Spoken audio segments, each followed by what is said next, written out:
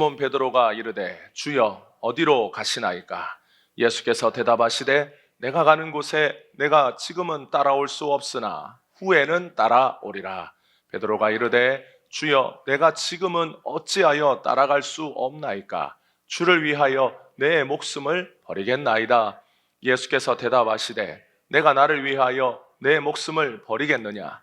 내가 진실로 진실로 내게 이르노니 닭 울기 전에 내가 나를 3번 부인하리라. 아멘. 할렐루야. 오늘도 우리를 사랑하시는 예수님의 은혜로 날마다 강건한 우리 모든 주의 성도들 되기를 주님의 이름으로 축복합니다. 여러분, 우리가 아이들을 어릴 때 양육할 때 갖가지 말로 우리 아이들을 이렇게 가르칩니다. 때로는 없는 말로, 때로는 협박으로, 때로는 강요로, 때로는 막 윽박 지르면서, 때로는 얼르기도 하고, 아이를 양육하고 키우는 것이 굉장히 고난이도의 기술이 필요합니다. 그래서 우리는 얼떨결에 부모가 되고 또 얼떨결에 양육을 하기 때문에 실수가 많아요. 그래서 그 많은 실수들 중에 아이들을 어릴 때 협박하고 아이들을 이렇게 무섭게 해서 가르치는 경우가 많습니다. 그래서 커서 그 어릴 때 느꼈던 감정이 이렇게 잘 치유되고 이렇게 지나가면 괜찮은데 그게 트라우마로 남는 경우도 많이 있어요. 그래서 어릴 때 아이들에게 우리가 하는 가장 나쁜 방법 중에 하나가 뭐냐면 야, 넌 다리에서 주워왔어. 이거예요. 그래서 아이가 어느 날 부모님으로부터 이렇게 아이고 내 새끼 하다가 어느 날 이렇게 아빠가 얘기하는 거죠. 야, 사실 너는 다리 밑에서 주워왔어. 이래가지고 애가 충격을 받는 거예요. 제가 살던 부산에는 영도다리가 있었습니다. 그래서 부산에 있는 모든 아이들은 어디서 주워왔느냐? 영도다리 밑에서 주워왔어요. 야, 넌 영도다리 밑에서 주워왔어. 영도다리 밑에 가면 네 엄마가 거기서 뭘 팔고 있다. 이렇게 얘기하는 거예요. 그런 부산의 아이들은 다 영도다리 밑에서 진짜 엄마가 거기에서 뭘 팔고 있다라는 얘기를 안 들어본 애들이 없습니다. 그러니까 아이들이 어릴 때 그렇게 말을 들으면 뭐를 느끼냐면 존재의 부정을 느껴요. 그래서 지금까지는 내가 이 집에서 사랑받는 또는 나의 부모님이라고 믿었던 엄마 아빠가 아니라 진짜 내 엄마 아빠가 따로 있구나. 나는 주워왔구나. 내 존재가 이 집에서 부정을 당하는 거죠. 여러분, 홍길동이 집을 나갈 수밖에 없었던 이유는 무엇입니까? 아버지를 아버지라고 부르지 못했기 때문이에요. 그래서 홍길동은 늘 자기의 아버지지만 그 아버지에게 가서 뭐라고 말해요? 대감마님 이렇게 부르는 거예요. 그래서 아버지를 아버지라고 부르지 못하는 그 존재의 부정을 느꼈기 때문에 홍길동이 집을 박차고 나가는 거예요. 칭찬은 고래도 춤추게 한다라고 하는 이 말에는 어떤 의미가 들어있냐면 그 사람을 인정한다라는 그 디딤돌이 들어있습니다. 그 사람을 칭찬한다라는 것은 그 사람을 인정해준다라는 거예요. 그 사람의 존재, 그 사람이 한 일, 그리고 그 사람의 말, 그 사람의 태도 이런 것들을 인정해 줌으로써 그 사람을 칭찬해 주는 거예요. 그래서 사람이 내가 누군가로부터 인정받는다라는 것을 느낄 때 보람을 느끼고 거기에서 기쁨을 느낍니다. 내가 저 사람에게 인정받았구나. 내가 이 공동체에서 인정받았구나. 내가 이 조직에서, 이 사회에서 인정받았다라고 하는 것이 큰 보람을 줍니다. 조직과 회사에서 어떤 큰 위기가 닥쳤을 때 인정받지 못하는 사람, 조직이 위기가 빠졌는데 이제 그만 우리 회사를 떠나주십시오, 나가주십시오 라고 배척받는 사람들은 내가 이 조직에서 인정받지 못했구나. 조직이 어려울 때 가장 먼저 나가라, 가장 먼저 퇴직해라. 해고를 당하거나 퇴직을 강요받는 사람들이 느끼는 상실감은 내가 이제 더 이상 회사를 다니지 못한다라고 하는 것보다 그 밑바닥에는 뭐가 있냐면 내가 인정받지 못했구나. 여러분, 인정받았으면 그 회사에서 나가라고 그러겠어요? 그러니까 내가 지금까지 이렇게 오래 회사에서 이 조직에서 헌신하고 충성했는데 내 헌신과 충성, 내 노력이 인정받지 못했다라고 하는 그 상실감이 넘어서서 배신감으로 오는 거예요. 그래서 우리나라의 수많은 사람들이 IMF가 터졌을 때 회사에서 해고당합니다. 그 해고를 당했을 때 많은 한 가정의 가장들, 아버지들, 그런 분들이 회사에서 나오면서 느꼈던 상실감이 뭐냐면 내가 이 조직에서 필요가 없구나. 그래서 내 존재를 부정당한 그 충격이 컸던 거예요. 그래서 많은 사람들이 우리 모든 사회가 힘들었지만 그 많은 사람들이 거기에서 오는 그 힘든 이유가 뭐냐? 우리가 인정받지 못한 존재로 낙인 찍혔다라고 하는 것이 우리 사회에 있는 가장 큰 스트레스였습니다. 그래서 많은 사람들이 그 스트레스를 견디지 못하고 자살하거나 그 스트레스를 견디지 못하고 술에 빠지거나, 그래서 우리 사회가 병들었던 이유 중에 하나는 위기가 닥쳤을 때, 어려움이 닥쳤을 때 자신의 존재가 인정받지 못했던 데서 오는 충격이 어마어마했기 때문이에요. 여러분, 오늘 우리가 읽은 이 성경에 보면 이날 밤에 예수님의 말씀은 다른 날들과는 달랐어요. 다른 날들과 다르게 예수님이 말씀하시는 것, 예수님의 행동이 낯설게 느껴졌습니다. 베드로는 마치 예수님의 말씀이 어떻게 들렸냐면 멀리 떠나는 사람이 유언을 남기는 것처럼 그렇게 말씀하시는 예수님의 말에서 그런 느낌을 받았던 거예요. 그래서 베드로가 왠지 모를 불안을 느끼면서 자꾸 내가 어디론가 간다 라고 하시는 예수님의 그 말씀에 조심스럽게 질문을 합니다. 주님, 주여, 어디로 가시려고 하십니까? 도대체 어디로 가시려고 자꾸 어디를 가신다고 하십니까?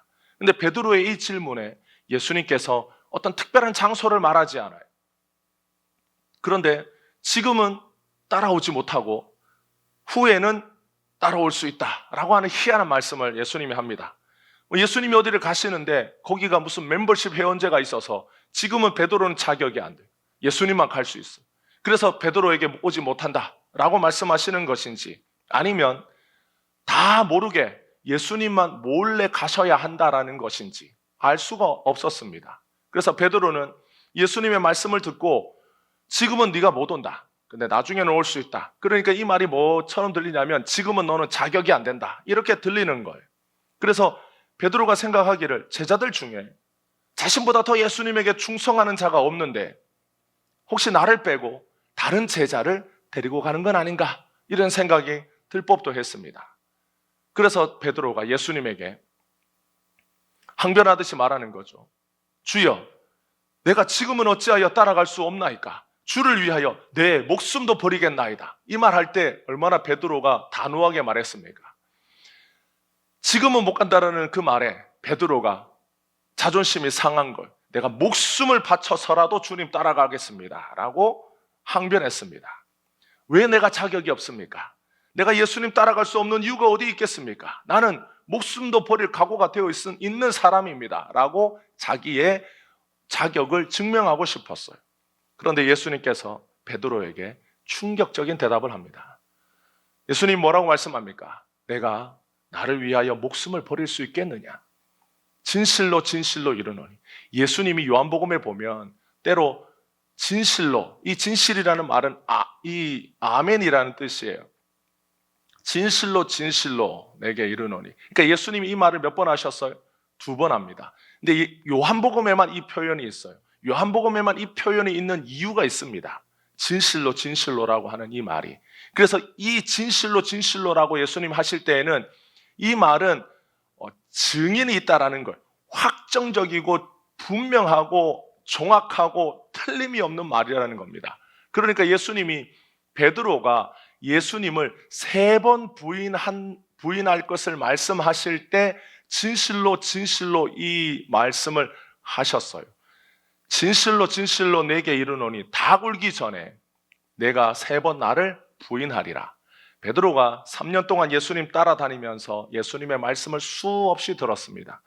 예수님의 말씀을 들었을 때 예수님의 말씀이 이해가 되지 않는 말씀을 하시는 경우, 그러니까 자기가 이해 못하는 말씀을 하시는 경우를 보았어도 예수님이 어떤 말씀을 하셨을 때 그 말씀이 틀린 경우를 본 적이 없어요. 그러니까 3년 동안 베드로가 예수님 옆에 쫓아다니면서 예수님이 하시는 말씀을 수없이 많이 들었지 않겠습니까? 그럴 때 베드로는 예수님의 말씀이 처음에는 이렇게 말씀하셨는데 결과가 보니까 반대네, 안 됐네, 틀렸네 라고 하는 경우를 본 적이 없습니다. 근데 예수님이 베드로에게 진실로 진실로 내게 이르노니 내가 오늘 밤에 닭 울기 전에 3번 나를 부인하게 된다. 이 말은 노골적으로 예수님께서 정확하게 베드로에게 하신 말씀입니다. 예수님이 3번 부인한다고 하면 3번 부인하게 됩니다. 베드로는 예수님에게서 이 말씀을 들을 때 예수님께서 베드로에게 노골적으로 가르쳐 주셨어요. 두리뭉실하게 가르쳐 주지 않았습니다. 베드로야, 오늘 밤에 너에게 힘든 일이 있다, 이렇게 말하지 않았어요. 무당이 말하는 것처럼 그냥 대충 두리뭉실하게 여름에 물 조심하고 겨울에 불 조심하고 사람 많은 데 다니지 말고 복잡한 데 갈 때 조심하고 뭐 이런 말이 아니었어요. 정확하게 가르쳐 주기를 오늘 밤에 3번 나를 부인하게 된다라고 예수님이 가르쳐 주셨는데 증거가 뭐냐? 닭이 울기 전에 3번 부인한다. 네가 3번 부인하면 닭이 운다.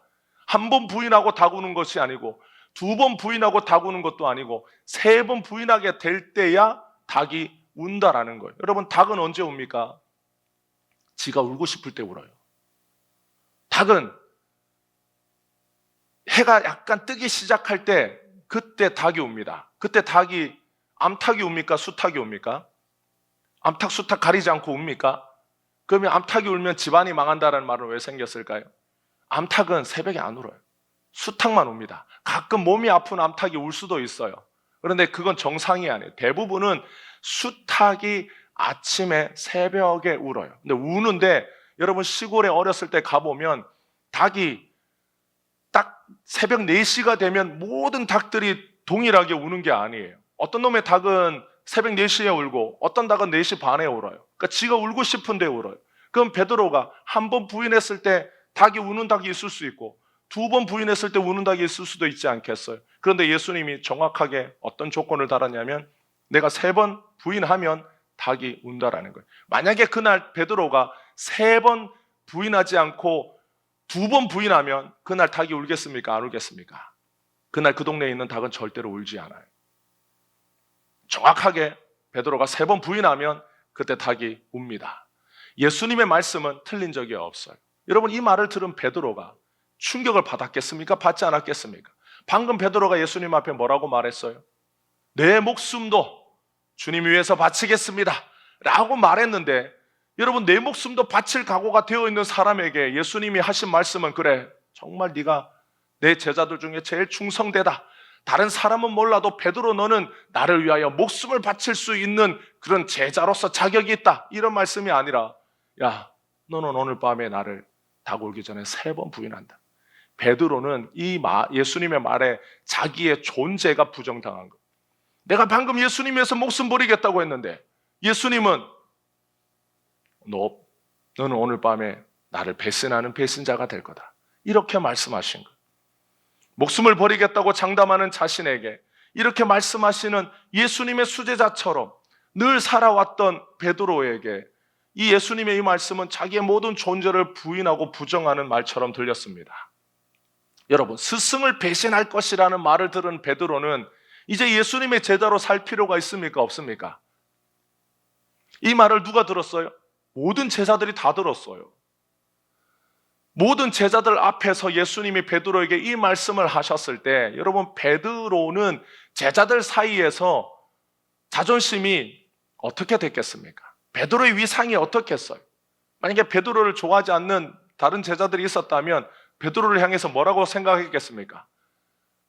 늘 예수님 위해서 중리 사니 자기가 수제자니 했는데 오늘 밤에 3번 부인한데 놀랍다. 베드로가 3번 부인하다니, 베드로가 3번 부인하게 되다니, 설마 베드로가 그럴 리가 있겠느냐라고 생각하지 않았겠습니까? 그건 제자들 사이에서, 야, 베드로는 성격만 그렇지, 너는 언제든지 도망갈 수 있지, 배신할 수 있지, 제자들 사이에서 했던 말이 아니에요. 스승이 제자에게 한 말입니다. 스승이 낙인 찍은 제자예요. 다른 제자들 보고 한 말이 아니에요. 다른 제자들도 예수님이 너희가 오늘 밤에 다 흩어지려 나중에 하신 말씀이 있지만 베드로를 찍어서 3번 부인한다라는 말씀을 하실 때 이 11명, 오늘 이 밤에 가룟 유다가 나가고 남은 이 11명들 중에 예수님이 베드로를 낙인 찍은 것과 마찬가지입니다. 예수님은 베드로에게 왜 이 부인한다라는 걸 가르쳐 주셨을까요? 예수님이 가르쳐 주시든 가르쳐 주시지 않으든 베드로는 예수님을 부인하겠습니까? 부인하지 않겠습니까? 부인합니다. 그러면 차라리 몰랐으면, 예수님으로부터 부인할 것이라는 말을 듣지 않았더라면 베드로는 오히려 더 낫지 않았을까요? 예수님이 베드로가 부인할 거라는 걸 가르쳐 줬는데도 불구하고 베드로는 예수님을 부인했어요.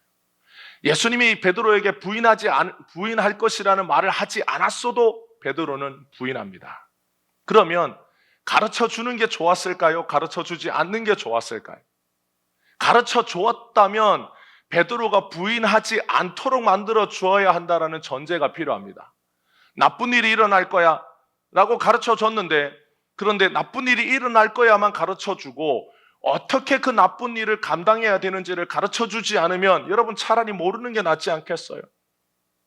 모르고 당하는 게 여러분 충격이 덜할 수 있어요. 알고 당하면 그게 더 괴로운 것일 수 있습니다. 여러분 부도를 맞을 때, 부도를 한 달 뒤에 부도가 옵니다. 근데 피할 길이 없어요. 그럼 그 한 달 동안 피 말라 죽는 거예요. 어느 날 부도가 갑자기 오면 갑자기 와서 받는 충격과 한 달 동안 시름시름 피를 말리고 당하는 것과 어떤 걸 택하시겠습니까? 둘 다 피할 수 없다면 차라리 모르고 당하는 게 낫지 않겠어요? 한 달 동안 시름시름 막 위장이 뒤틀리고 온 장이 막 녹아내리는 것 같고 피가 마르고 살이 쭉쭉 빠지고 스트레스로 인해서 머리가 다 빠지고 그런 한 달을 겪으실래요? 아니면 그냥 우와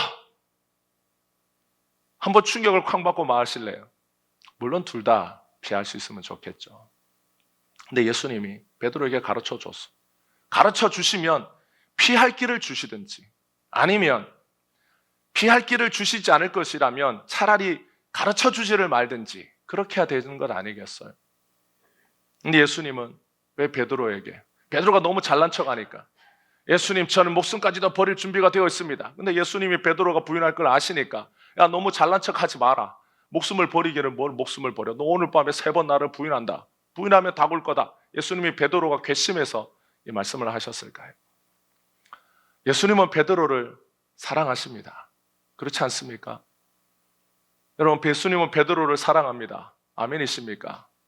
예수님은 예수님 베드로 사랑 안 해? 예수님이 베드로를 사랑 안 하시는 것 같아요? 예수님은 베드로를 사랑합니다. 얼만큼 사랑하십니까? 죽기까지 사랑하십니다. 예수님은 여러분을 사랑하십니다. 아멘이십니까?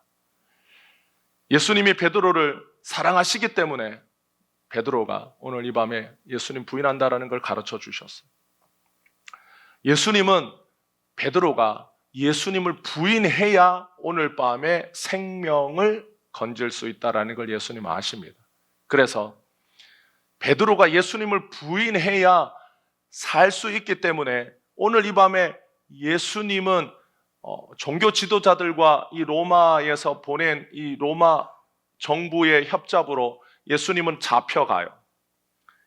예수님이 잡혀가실 때 베드로는 예수님을 뒤쫓아갑니다.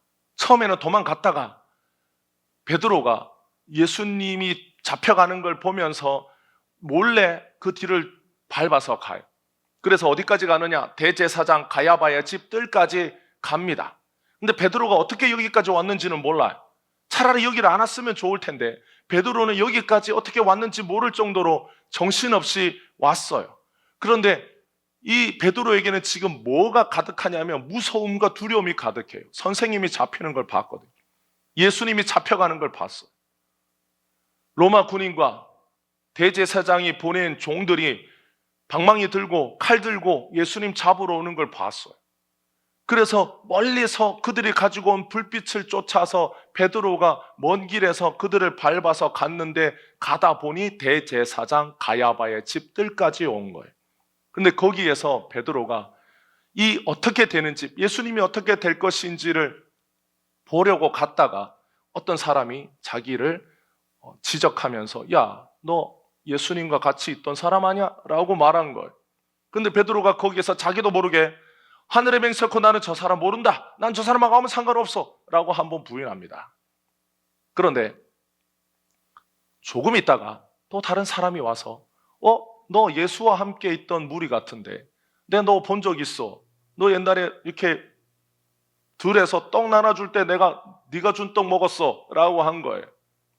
그때 베드로가 다시 한번 부인합니다. 무슨 말이냐고. 나는 저 사람 모른다. 뭔 그런 말을 하냐고 라고 부인합니다. 근데 성경에 보면 곧바로 다른 사람이 나타나서 베드로에게 너 저 예수 쫓아다니는 무리지 라고 말한 게 아니에요. 성경에 보면 정확하게 시간이 나와요. 1시간쯤 있다가 어떤 사람이 베드로에게 와서 베드로를 손가락질하고 말합니다. 야, 너 예수와 다니던 사람 맞는데? 라고 한 거예요. 요 일이 어느 동안에 일어났느냐? 한 사람씩 옆에 있던 사람이 나란히 말한 게 아니에요. 시간이 적어도 2시간 가까이 걸렸습니다. 그 시간 동안 예수님이 잡혀서 신문당하고 사람에게 조롱당할 때 베드로가 거기에서 사람들이 한 2시간 정도 그 시간 동안 베드로가 예수님 모른다고 3번 부인한 거예요. 그러니까 사람이 순식간에 몰아붙이듯이 사람들이 나를 둘러싸고 너 예수 따라다니는 사람이지, 또 옆에 있던 사람이 맞잖아 라고 이렇게 한 게 아니에요. 그러니까 베드로는 자기가 예수님을 3번 부인하는 동안 내가 지금 무슨 말을 하는 거지? 라고 알 수 있는 충분한 시간이 있었습니다. 적어도 이 시간의 간격이 2시간 정도 걸리는 이 시간의 간격 동안 베드로는 자기가 무슨 말을 하는지 알 수 있는 그런 시간이었다라는 거예요. 그럼에도 불구하고 베드로는 예수님을 3번 부인합니다. 근데 3번 부인하자마자 진짜로 갑자기 닭이 울었어요. 그러자 베드로의 머릿속에 갑자기 예수님의 말씀이 번개처럼 생각났습니다. 그러면 그 전에 베드로의 머릿속에는 예수님의 말씀이 있었겠어요? 없었겠어요? 없었어요. 몇 시간 전에 예수님으로부터 들었던 말인데 베드로는 예수님의 말씀을 까맣게 잊고 있었어요. 너무 무섭고 너무 두려워서 지금 자기 머릿속에는 지금만 보이는 것. 지금 예수님 어떻게 될까? 나는 어떻게 될까? 이 두려움과 무서움 때문에 베드로의 머릿속에는 예수님이 하신 말씀이 싹 다 사라져 있었습니다. 그런데 갑자기 닭 우는 소리에 오늘 닭 울기 전에 내가 나를 3번 부인하리라. 만약에 베드로 머릿속에 예수님의 말씀이 있었다면 한 번 부인하고 2번 부인하고 이제 내가 2번 부인했네. 한 번만 더 부인하면 닭이 울겠네. 라고 숫자를 셀 정신이 있었다면 여러분 베드로가 부인했겠어요? 안 했겠어요? 정신을 다 잡지 않았겠어요? 그런데 그러지 못했어요. 닭이 울었을 때에야 예수님의 말씀이 생각났습니다. 그래서 성경을 보면 베드로가 닭이 우는 소리를 듣고 예수님의 말씀이 생각나 충격을 받고 밖에 나가서 그 가야바의 집들에서 나와서 밖에서 심히 통곡했다라고. 예수님이 부인할 것이라고 미리 가르쳐 줬고 몇 번 부인할 것인지 횟수도 가르쳐 줬습니다. 그런데도 베드로는 예수님을 부인했어요. 하나님의 아들을 부인한 자는 인정받지 못합니다. 베드로가 가이사랴 빌립보에서 예수님에게 뭐라고 고백했습니까? 사람들이 뭐라고 하더냐? 제자들이 막 뭐라고 얘기하니까 예수님이 베드로에게 물었어요. 너희는 나를 누구라고 부르느냐? 너희는 나를 어떻게 생각하느냐? 베드로가 예수님에게 주는 그리스도시요 살아계신 하나님의 아들이십니다. 베드로의 이 고백은 놀라운 고백이에요. 예수님이 그리스도라고 하는 것은 예수님이 하나님이 보내신 구원자, 하나님, 살아계신 하나님의 아들이십니다. 그런데 베드로는 살아계신 하나님의 아들을 부인했어요. 살아계신 하나님의 아들을 부인한 자는 용서받지 못합니다. 왕을 부인하는 자는 역적이에요. 왕을 부인하는 자는 3족이 넘어서 9족을 멸해야 되는 중범죄입니다. 구원자를 부인하는 자는 배척당해야 돼요. 그런데 예수님은 바로 베드로와 같은 자들을 위해 이 땅에 오셨어요. 하나님 앞에서 하나님을 부인하고 하나님을 인정하지 않는 자, 그래서 하나님 앞에서 어떤 인정도 받을 수 없는 그런 죄인들을 대신하여 죽기 위해서 예수님이 이 땅에 내려오셨습니다. 예수님은 왜 베드로와 같은 죄인을 위하여 죽으십니까? 왜 예수님은 충성되고 주를 위하여 실제로 목숨을 바치겠다라고, 그래서 목숨을 바친 자들을 위하여 이 땅에 오지 않고 왜 베드로처럼 예수님을 부인하는 자들을 위해 이 땅에 오십니까? 예수님은 베드로가 하나님 앞에서 인정받을 수 없는 죄인이기 때문에 온 거예요. 베드로는 자기의 의와 노력으로는 하나님 앞에서 인정받을 수 없는 자예요. 하나님 앞에서 인정받기 위해서는 의인이어야 합니다. 그런데 그 의가 하나님이 인정하시는 의가 되어야 돼요. 인간들끼리는, 인간들 사회에서는 착하다, 저 사람 참 의롭다, 저 사람 법 없이 살 수 있는 사람이야, 그런 말을 들을 수 있는 사람이 있을 수 있습니다. 그런 사람이 실제로 있을 수 있어요. 그런 사람이 실제로 또 있어요. 그래서 평생 살면서 법 하나 어기지 않고 제한 속도 다 지키고 항상 건널목 건널 때 신호등이 초록불이 되어야 건너고 어떤 쓰레기도 버리지 않고 모든 것을 지키며 산 사람이 있을 수 있습니다. 그러나 인간 사회의 의와 인간이 생각하는 의로움과 공로는 하나님이 보실 때 하나님의 기준에는 그냥 짜장면 먹고 신문지 덮어놓은 거랑 똑같은 거예요. 그냥 그것은 인간들에게서나 통하는 거예요. 전능하신 하나님의 의로움에는 어떤 인간의 의로움도 도달하지 못하기 때문에 하나님이 인간의 의를 인정하지 않으시는 거예요.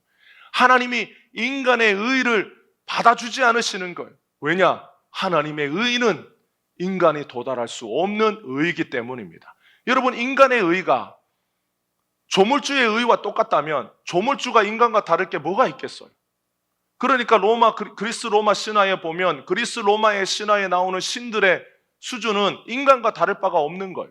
똑같이 신들도 질투하고 미워하고 죽이고, 그러면 그 신은 그냥 인간을 투영한 신일 뿐이지, 인간보다 능력이 많을 뿐이지, 그 그리스 로마에 나오는 신은 진짜 신이 아닌 거예요.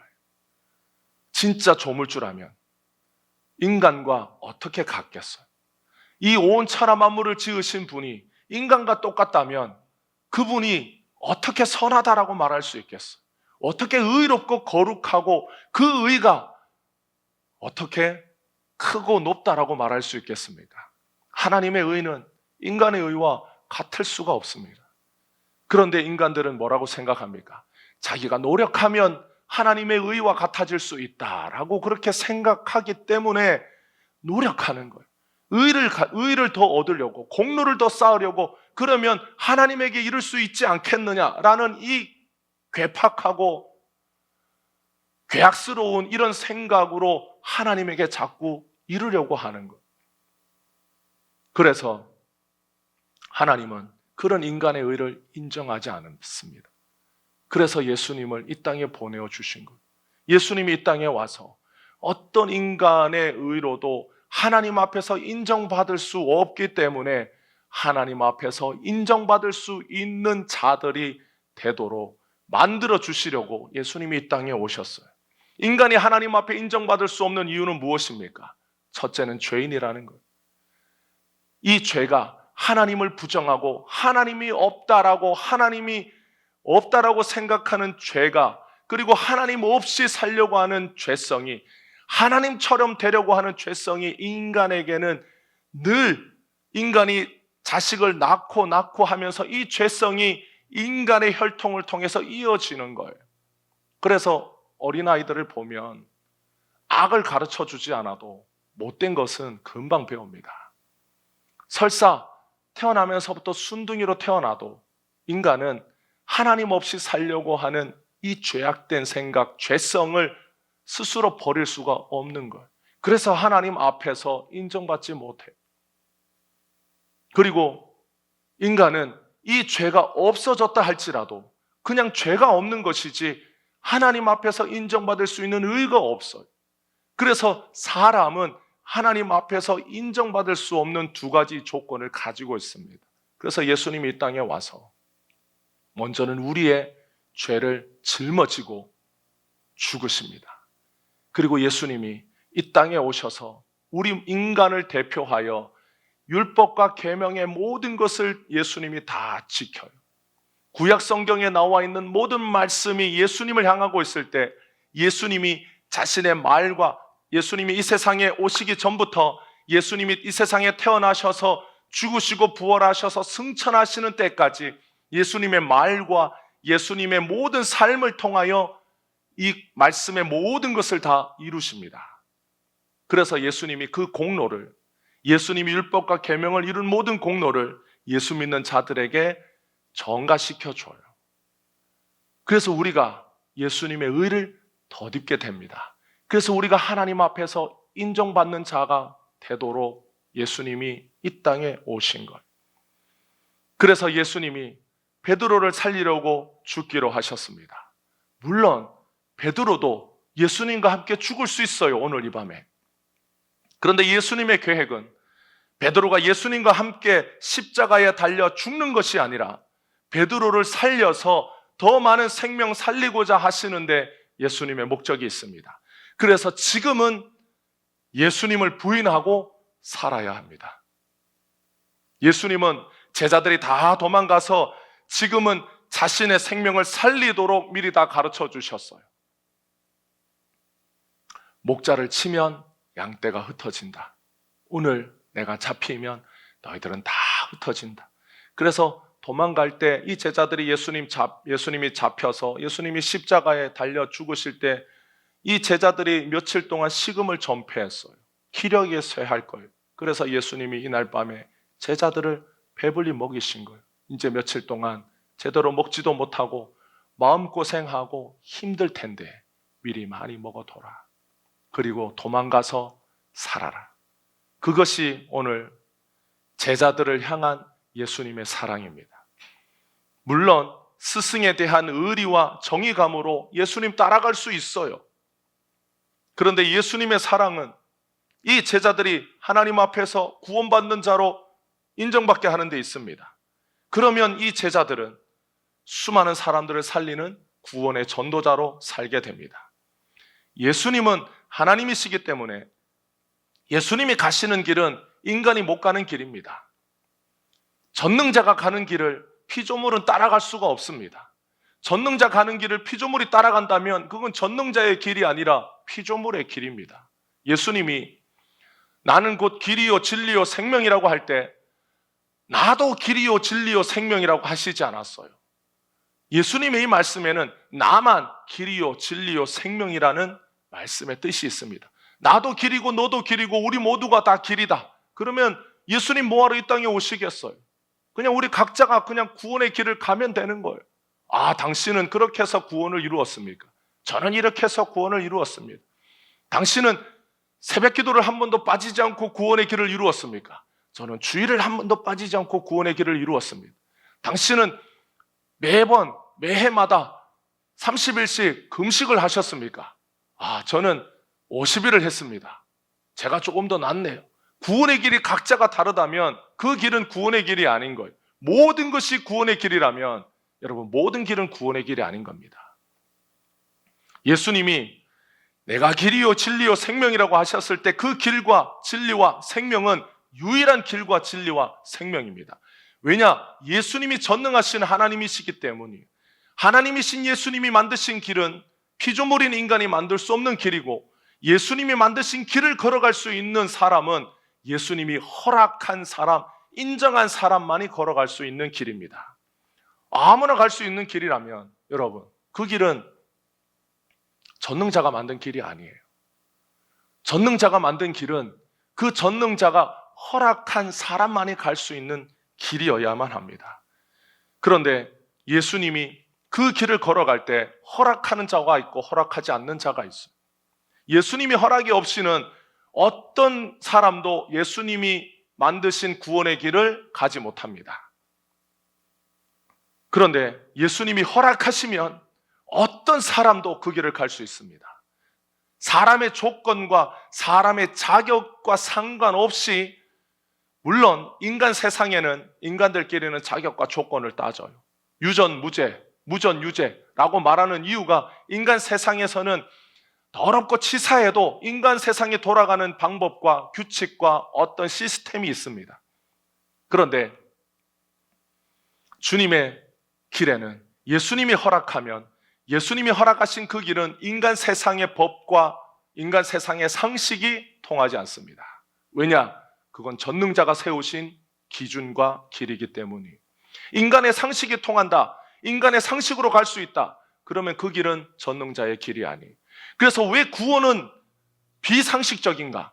여러분, 구원은 비상식적이기라기보다 초상식적인 것, 상식으로서는 이해할 수 없는 구원의 길이 예수님이 주신 구원의 길입니다.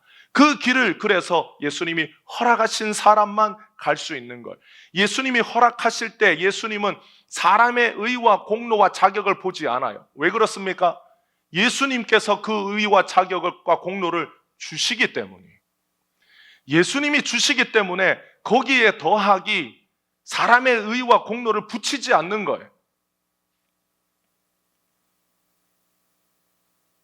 여러분, 우리가 학교 다닐 때 수학을 배웁니다. 무한대에다가 1을 더하면 뭐가 됩니까? 무한대가 됩니다. 무한대에서 1을 빼면 무한대 빼기 1이 됩니까? 무한대가 됩니까? 무한대가 됩니다. 예수님의 의는 인간의 의를 담는다고 해서 거기에 더하거나 거기에 빠지지 않아요. 예수님이 허락하시면 그 예수님이 허락하신 길을 갈 수 있는 사람은 예수님의 의와 자격을 입기 때문에 인간의 의와 자격을 덧붙여서 가지 않습니다. 그래서 예수님이 하신 말씀 중에 새 포도주는 어디에 담아라? 새 부대에 담아라. 새 헝겊을, 새 천을 헌데다가 붙이는 사람이 없지 않냐? 그러면 원래 있던 것도 찢어진다. 사람은 자기의 의와 공로에 예수님이 자기의 의를, 예수님의 공로를 더해줘서 이걸 도와준다고 생각해요. 아닙니다. 예수님은 오직 자신의 의와 공로로만 구원의 길을 가도록 허락하시는 것. 전능하신 예수님이 인정하면 어떤 사람이라도 구원받습니다. 아무리 의롭고 거룩하다 할지라도 예수님이 부인하면 그 사람은 구원받지 못합니다. 왜 그러냐? 예수님이 구원의 절대적인 기준이요 유일한 기준이기 때문입니다. 그러니까 사람들이 이 말을 들으면 두 가지로 반드시 나뉘게 돼요. 자기 것을 내세울 수 있는 사람은, 내세울 만한 사람들은 아니 예수가 왜 그렇게 독선적이냐? 왜 유일하냐? 그 길도 있고 이 길도 있는 거지 라고 말해요. 그런데 내 것을 말할 수 없는 사람, 내 것을 내세울 수 없는 사람은 예수님의 의로만 간다, 사람의 자격과 조건을 보지 않는다라는 말을 들으면 눈이 번쩍 뜨입니다. 내 것이 없기 때문에. 그래서 예수께로 달려가는 거예요. 예수님 시대에 왜 세리와 창녀와 죄인들이 예수님께로 달려갔는 줄 아시겠어요? 가진 게 없었기 때문에. 예수님이 하신 그 말씀 외에는 구원으로 갈 수 있는 길이 자기들에게는 없었기 때문에 예수님의 말씀에 눈이 뜨였어요. 너무 좋고 너무 감사한 거예요. 바리새인의 입장에서는 예수님의 말씀에 눈이 찌푸려지는 거예요. 왜냐? 자기들이 가진 게 너무 많았기 때문에. 내가 내세울 수 있는 게 너무 많았기 때문에. 내가 하나님 앞에서 너무 뿌듯했기 때문에. 그래서 예수님의 말씀을 걷어차는 겁니다. 예수님의 사랑은 인간이 가지고 있는 조건과 공로를 뛰어넘는 사랑입니다. 허물과 죄가 아무리 많아도 예수님의 사랑이 그를 덮어 구원의 길을 갈 수 있는 자로 만들어주는 전능자의 사랑이 예수님의 사랑입니다. 이 사랑이 없이는 구원이 이루어지지 않고 이 사랑이 없이는 구원은 완성되지 않습니다. 자신을 버린 자라 할지라도 그들을 살려서 그들을 살리려고 대신 십자가에 죽는 사랑, 그 사랑이 예수님의 사랑이요 완전한 사랑입니다. 예수님이 제자들에게 자신을 버릴 걸 미리 다 가르쳐 주셨어요. 가르쳐 주었는데도 불구하고 제자들은 예수님을 배신했다라는 자괴감이 얼마나 컸겠습니까? 그런데 예수님이 이 말씀을 하신 것은 너희들이 나를 버리는 걸 내가 안다. 그럼에도 불구하고 내가 너희를 사랑한다라는 예수님의 속뜻이 있었습니다. 그럼에도 불구하고 내가 너희를 끝까지 지키고 보호한다. 내가 너희를 끝까지 사랑한다. 그 예수님의 약속에 들어있는 겁니다. 그런데 예수님은 알고 당하시면 그 고통이 줄어들겠어요? 아니면 그 고통이 더 크겠어요. 여러분, 우리가 얘기했잖아요. 여러분, 부도를 맞는데 한 달 전에 안다라고 하는 것과 모르고 당하는 것 중에 어떤 걸 택하시겠어요? 고통이 줄어들지 않아. 예수님이 하나님이시지만 예수님이 우리와 똑같은 인간의 모든 성정을 가지고 계시기 때문에 제자들이 오늘 밤 예수님 모른다라고 부인하고 다 도망간다라는 걸 예수님 아시기 때문에 예수님의 고통은 더 컸어요. 그런데 제자들뿐만 아니라 모든 사람들이 예수님을 부인하고 예수님이 오늘 대제사장 가야바의 집에 그 집들에서 예수님이 조롱당하고 매맞고 모욕당하실 때 그 종들이, 가야바의 종들이 예수님을 눈을 가리고 뺨을 때리고 뒤통수를 치면서 내가 어느 손으로 때렸게? 맞춰봐라. 내가 어느 손으로 내 뺨을 때렸냐? 그들이 그리스도가 아니라고, 네가 그걸 모르면, 대답 못하면 너는 그리스도가 아니니까 네가 그리스도인 걸 증명해라. 아니면 그리스도가 아니라고 자백해라 라고 사람들로부터 손찌검과 희롱을 당했습니다. 예수님은 가까운 제자들로부터도 배척당하고 부인당했지만 예수님은 모든 사람들로부터 그렇게 배척당하고 부인당하셨어요. 사람에게만 그런 것이 아닙니다. 예수님은 십자가에서 하나님으로부터도 부인당하셨어요. 예수님이 십자가에서 하나님의 저주가 인간의 죄를 짊어진 예수님에게 임했을 때 예수님이 하나님을 향하여 나의 하나님, 나의 하나님, 늘 하나님을 향하여 아버지라고 부르셨던 예수님이 그때 공의로우신 하나님, 인간의 죄를 짊어진 예수님을 향하여 모든 심판의 저주를 쏟아붓는 그 하나님을 향하여 마치 예수님이 하나님의 아들이 아닌 것처럼 예수님을 향하여 심판하시는 그 하나님을 향하여 예수님이 나의 하나님이라고 부르셨어요. 나의 하나님, 나의 하나님, 어찌하여 나를 버리십니까? 그 말은 어찌하여 나를 부인하십니까? 어찌하여 나를 배척하십니까? 하나님 아버지는 그 순간에 예수님이 하나님의 아들이 아니라고 부인하셨어요. 우리의 죄를 짊어지셨기 때문, 우리 대신 십자가에 달리셨기 때문입니다. 하나님 아버지가 우리를 심판하고 나는 너를 모른다라고 하나님이 그렇게 부인하셔야 하지만 예수님이 이 땅에서 우리 대신 십자가에서 배척받고 부인당하셨기 때문에 우리가 하나님 앞에서 오히려 하나님의 자녀로, 아들이라 딸이라 인정받는 은혜를 입은 겁니다. 인간의 사랑은 조건적입니다. 조건적이어야만 합니다. 왜 그렇습니까? 사람이 능력이 무한하지 않기 때문이, 사람은 사랑할 수 있는 용량이 있어요. 사람에게는 이 사랑의 용량이 각자가 다 정해져 있습니다. 그 용량을 넘어서면 사람은 죽는 거예요. 죽든지 병들든지 아니면 포기하든지. 그래서 사람은 자기가 감당할 수 있는 만큼 사랑할 수밖에 없습니다. 그래서 인간의 사랑은 반드시 조건적이어야만 합니다. 저는 무조건적으로 사랑합니다. 저는 넘치도록 모든 사람을 사랑합니다. 모든 사람을 사랑할게요. 그런 사람은 없는 거예요. 그런데 예수님의 사랑은 제한이 없습니다. 부모가 아무리 자식을 사랑해도 자식을 사랑할 수 있는 한계가 있어요. 그리고 그 한계를 정해주지 않으면 부모는 자식을 망치게 되어 있습니다. 사랑이 왜곡될 수 있는 거예요. 부모의 사랑이 아무리 크더라도 변화되지 않는 자식은 존재합니다. 그러나 예수님의 사랑은 한계가 없고 제한이 없습니다. 예수님의 사랑은 변화시키지 못할 사람이 없습니다. 그래서 예수님의 사랑이 완전하신 사랑이 되는 거예요. 예수님은 자신의 희생으로, 인간의 힘으로는 변화될 수 없는 사람도 변화시킵니다. 그래서 예수님의 사랑만이 우리의 죄를 용서해주고, 예수님의 사랑만이 우리를 의롭게 만들어주고, 예수님의 사랑만이 이 세상을 사는 동안 천국을 맛보게 해주는 유일한 사랑이 되는 겁니다. 사랑하는 성도 여러분, 예수님이 베드로에게 미리 3번이나 부인할 것을 알려주신 것, 그건 베드로를 사랑하기 때문이다 라는 그 말에 여러분 동의가 되십니까?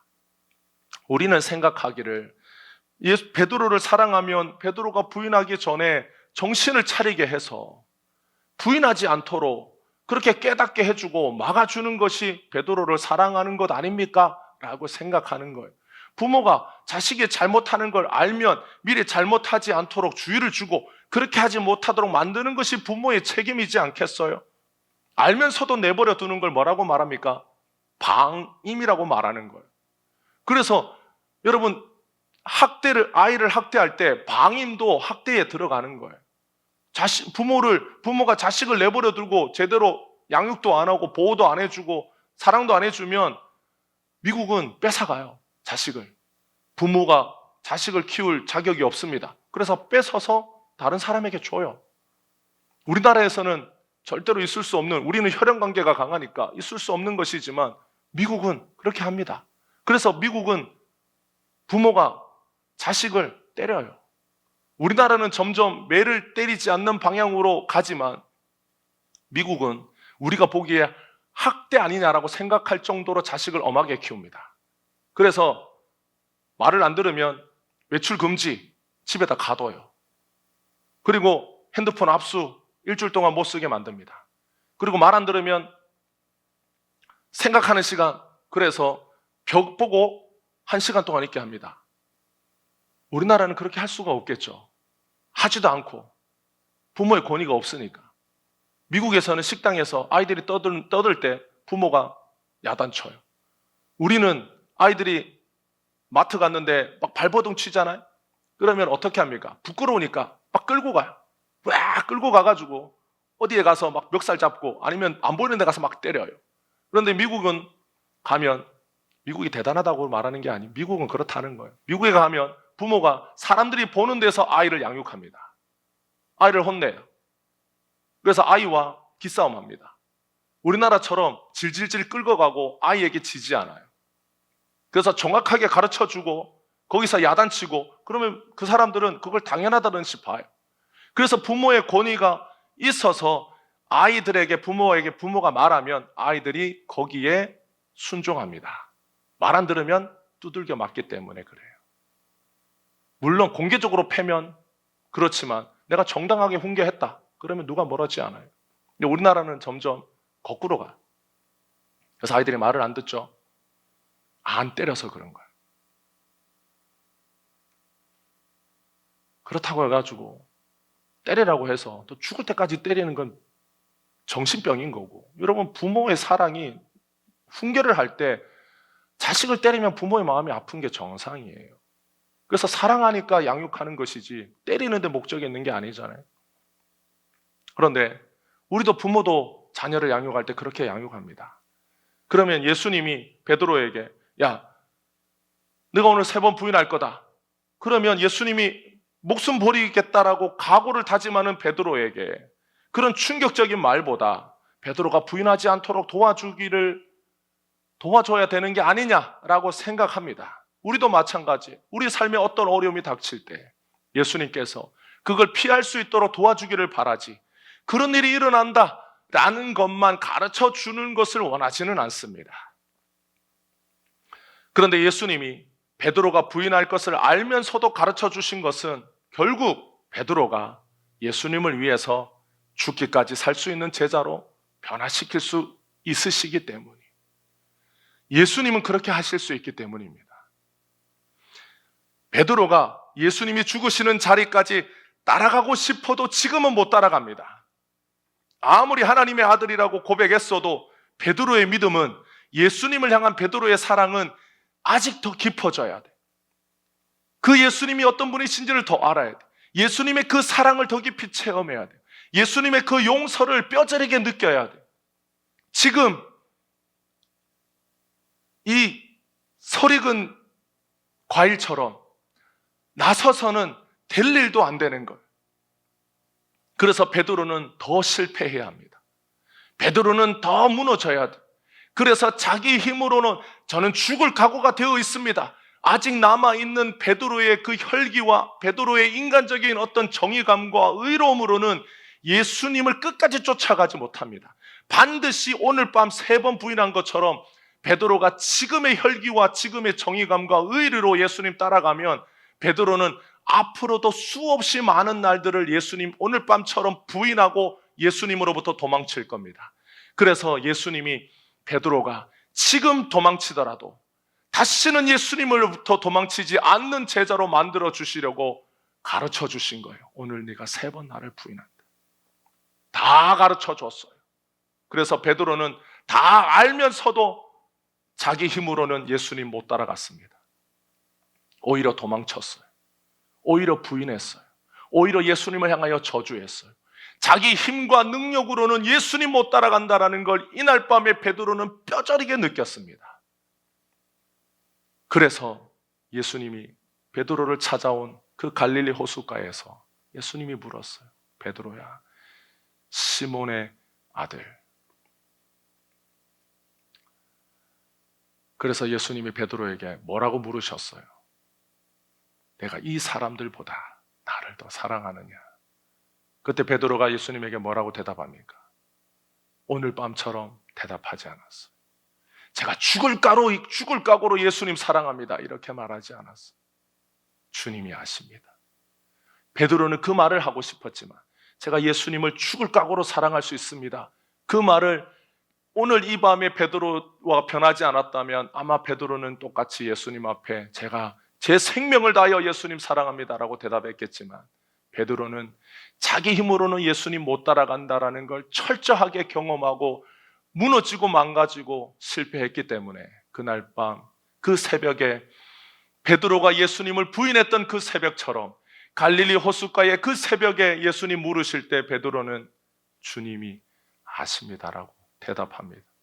예수님이 없이는, 예수님이 함께 하시지 않으면 나는 절대로 예수님을 쫓아가지도 사랑하지도 못하는 그런 사람이라는 고백이 베드로의 그 고백 안에 있는 것. 예수님이 왜 가르쳐 줬느냐? 베드로가 그렇게 자기 힘으로는 안 된다라는 걸 깨닫고 예수의 사랑과 예수의 용서로 그가 다시 일어서지 않으면 베드로는 날마다 도망가는 자가 될 수밖에 없기 때문이에요. 여러분, 베드로가 가장 싫어하는 동물이 뭐라고 생각합니까? 수탉입니다. 수탉이 우는 걸 베드로가 제일 싫어해요. 그래서 베드로가 붕에 갈 때마다 동네 마을에 가면 베드로 사도가 오신다. 동네 수탉을 다 잡아서 새벽에 못 울도록. 여러분, 베드로가 아침에 새벽에 수탉이 울 때마다 무슨 생각이 했겠어요? 그날 밤 자기 모습이 생각나지 않았겠어요? 그래서 그날 밤 새벽에 베드로가 새벽마다 일어나서 흐느끼는 소리를 들었던 성도들이 가슴 아팠어요. 우리 베드로 사도께서 그날 밤 새벽에 예수님 부인한 것 때문에 지금도 회개하고 주님 앞에 기도하는구나. 그래서 우리가 베드로 사도를 생각하여 동네에 있는 모든 수탉들을 다 잡자. 그래서 그날은 다 삼계탕 먹고 수탉으로 잔치하는 거, 새벽에 울지 못하도록. 그런데 베드로가 그 아침마다 수탉의 울음소리를 들을 때마다 무슨 생각했겠습니까?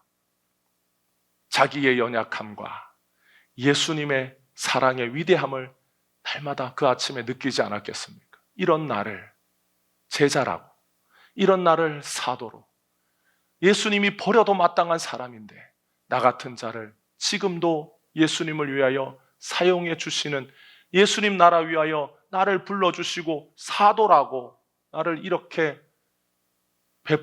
나를 지금도 이끌어 주시는 예수님의 그 사랑에 감격하지 않았겠습니까? 예수님의 나라에는 어떤 사람이 사용됩니까? 예수님의 나라는 어떤 사람이 기둥처럼 쓰임 받습니까? 베드로처럼 자기가 내세울 것이 없는 사람이 주님의 나라의 기둥처럼 쓰임 받습니다. 우리는 자녀들을 양육할 때, 기도할 때 주님, 우리 자녀들을 하나님의 나라의 기둥처럼 사용해 주십시오. 그래서 하나님 나라의 기둥처럼 사용해 주시기 위해 능력 주십시오. 똑똑한 머리 주십시오. 돈을 많이 주십시오. 많은 좋은 사람 붙여주십시오. 모든 좋은 건 다 갖다 붙여요. 그래서 기도대로 머리도 똑똑하고 능력도 많고 하는 일마다 잘 되고, 그래서 무슨 일을 할 때마다 다 잘 돼. 그러면 그 사람은 정말 자기가 주님 앞에서 고백하길, 오늘 이 새벽에 예수님 말씀처럼 3번 부인했던 그 베드로가 주님의 제자로 사도로 쓰임받으며 새벽마다 다구름 소리에 자신의 연약함과 예수님의 사랑의 위대함을 고백하는 그 베드로처럼 고백하겠어요? 아니면 내가 가진 게 너무 많아, 내 능력이 너무 많아, 이렇게 잘하는구나, 그렇게 내세울 것이 주님 앞에 많은 사람이 되어 하나님 나라의 기둥처럼 쓰임받겠습니까? 예수님이라면 어떤 사람을 쓸까요? 예수님이라면 어떤 사람을 하나님 나라의 기둥처럼 쓸까요? 내세울 것이 없는 사람입니다. 왜 그렇습니까?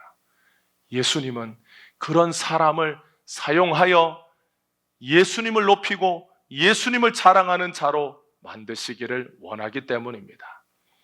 자랑거리가 많은 사람일수록 자신은 높이고 예수님은 낮춥니다. 그런데 베드로처럼 자기를 드러내고 싶어도 드러낼 것이 없고 자랑하고 싶어도 자랑할 것이 없는 사람은 자신을 하나님 나라의 일꾼으로 사용해 주신 그 예수님만 높이고 예수님만 감사하고 예수님만 자랑합니다. 우리도 다 베드로처럼 도망갈 수 있는 충분한 자격과 자질을 갖춘 사람들이 저와 여러분들이, 우리도 조건만 맞고 우리도 환경만 갖추어지면 얼마든지 베드로처럼 우리도 예수님 3번 아니라 300번씩 부인하고도 남을 사람들입니다. 그런 우리를, 그런 마른 막대기 같고 열매 없는 나무 같고 포도원에 오후 5시가 되어도 불러줄 사람이 없는 그런 무능력한 사람, 그런 우리들을 주님의 사랑이 베드로처럼 변화시켜 줍니다. 왜 변화시켜 줍니까? 우리가 그런 사람으로 변화되어야 우리가 주님 나라에서 자랑할 것이 오직 예수님밖에 없는 자들이 되기 때문입니다. 예수님은 그런 사람을 들었습니다. 예수님은 그런 사람을 존귀하게 여깁니다. 예수님은 그런 사람을 주님의 나라의 기둥처럼 씁니다. 때로는 베드로처럼 우리도 실패할 수 있지만 주님이 그 실패 속에 그 예수님의 사랑이 우리를 변화시키시기 때문에 때로는 예수님께서 우리를 지켜보시는, 실패하여도 지켜보시고 때로는 넘어져도 예수님이 지켜보십니다. 왜 그렇습니까?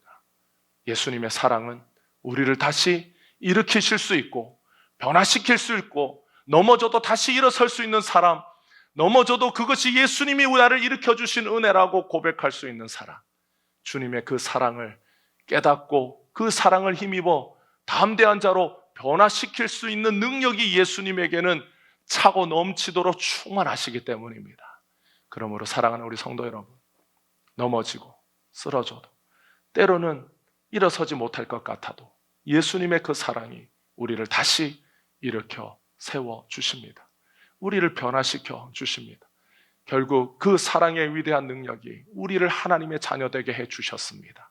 그 사랑을 힘입어 오늘도 예수님의 그 사랑에 감격하고 그 사랑으로 담대하게 인생을 살아가는 우리 모두가 되기를 주님의 이름으로 축복합니다. 기도하겠습니다.